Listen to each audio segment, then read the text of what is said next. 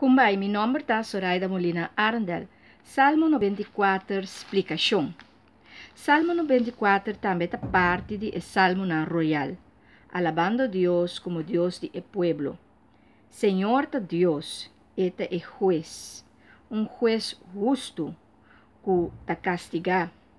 Maneira você promete que você tem reinan ta governar na mundo aqui, o pueblo de Israel tem solamente juez não. Não tem juez que tá papia e lei não, papia justiça, pero também ajuda o pueblo, guia o pueblo e libera o pueblo. O juez tem diferente tarefa. Emestera guia o pueblo e proteger o pueblo com sabedoria de Deus.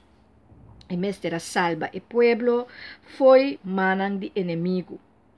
E emestera praticar justiça divina na mundo aqui. E promete o juez não aqui, just dois em total, Deus só estava a governar e manejar seu pueblo.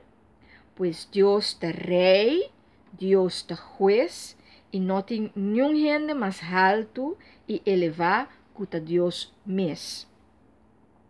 Tem diferente governante não, este rei não e juez não malvado. E o escritor te pede ajudança. E te pede Deus palanta como o juez de mundo aqui para venga lo que está passando. O salmo te descreve que é malvado não está assim.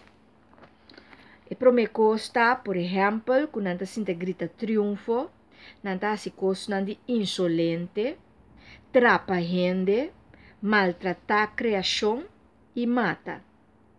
Mata no que men só que bota mata com arma e com boca, pero toma decisão rubes. Também que men mata, que não por viva mais, que men com gente lo não por viva mais.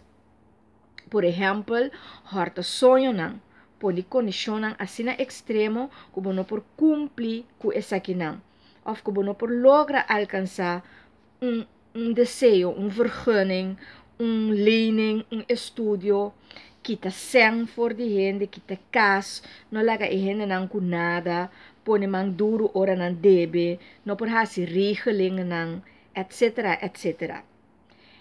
O escritor te bisa que tudo isso aqui está malo e que Deus está mira tudo isso aqui sucede. E coisa malvado aqui não está bom. Que bota stroke gente assim na erg que não tem chance mais para halar o sea pe por viva.